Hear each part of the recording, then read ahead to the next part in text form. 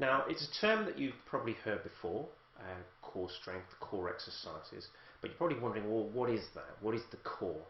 Your core is this central part of your body. It involves a lot of deep abdominal muscles that wrap around your spine and abdomen like a corset, I suppose, like a girdle, and they really just provide that stability that you need in your spine. Now, where you've heard of the need for core strength might be, for example, in sporting activities or dance.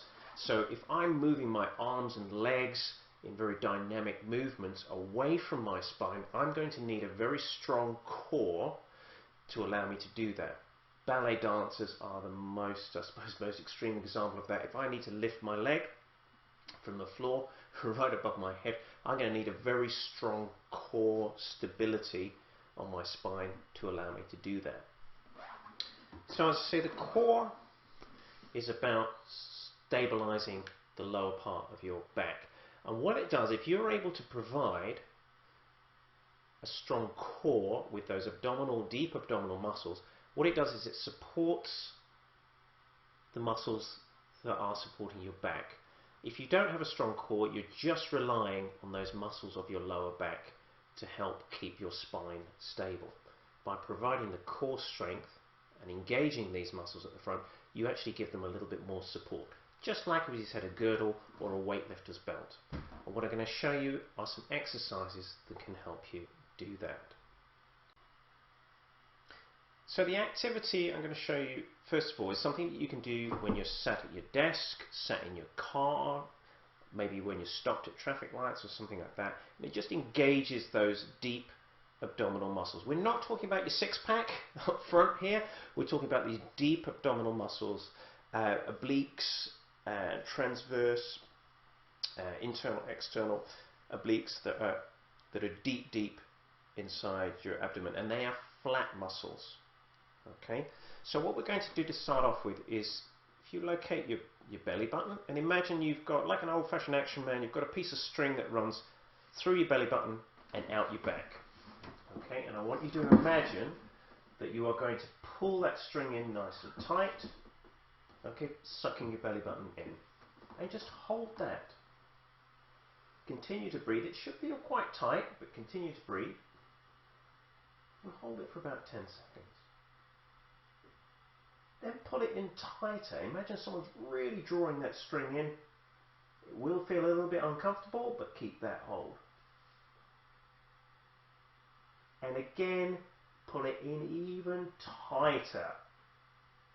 And 9, 8, 7, 6, 5, 4, 3, 2, 1, and relax. And you'll definitely engage those core muscles. You need to practice this several times a day, gradually building up the strength. And that should help support your back. And it may actually help reduce, if you sit in a car and you get backache, it may actually help reduce the backache that you get whilst you're driving. It certainly helps with me on long distance commutes and long distance driving. So in addition to doing the little core exercises to try and strengthen up your muscles around your abdomen and help protect your lower back, what you can do when you're sat either at work or sat in your car or even sat at home is to provide your back with a little bit of support. What we're trying to do is maintain this sigmoid curve within your spine. When you look at a standard spine, we look at somebody standing up in their spine, what we should have is a lovely sort of sigmoid shape. And I'll just explain where the curves are because they may not be very clear on this model. So you should have a lovely, what they call lordotic dip in your lower back. Okay, your lower back should dip in a little bit. It then rises and curves in the other way from the S as it comes through your shoulders, kyphotic curve, and then it straightens up again as you come to the neck. What we're concentrating on is this lower part here. And what we're looking to try and do is provide a little bit of support just in here, your lumbar support area. Now what we're not looking to do is fill that space. What we're looking to do is always remind you that you should be turning your back like this and straightening out that curve, or giving yourself that curve, rather than this sort of kyphotic curve that we tend to get into when we're working at a desk or when we're driving like that. And if you sort out what's going on in your lower back, everything else, your head, your neck, your shoulders, sorts themselves out as well. So it's just like putting a gentle hand in your back, and you can do that in a number of different ways. There are products that you can buy for cars or for sitting at work, and certainly if you're at work and you've had a work station assessment, there are certainly chairs that will do that for you. But sometimes it's much simpler just to go and find something that's going to fit your back.